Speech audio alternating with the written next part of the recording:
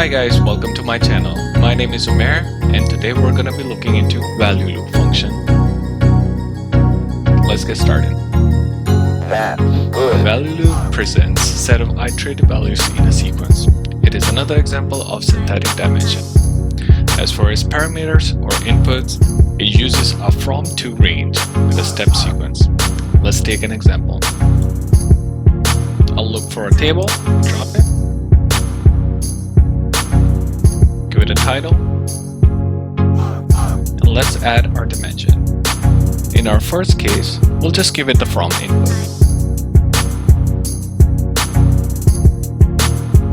And you see a single value in the dimension. Alright, let's take another example. This time, let's use from and to.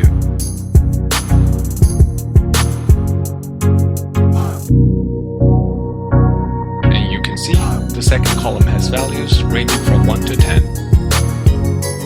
Let's format them here in the middle. Now let's take our final example. We'll drag and drop the table once more. Go to title and add a dimension. This time we'll use all the parameters available to us. 1 to 10, and we'll do a step of 2. Apply the formatting. Press done. Now you can see values from 1 to 10 with an interval of 2.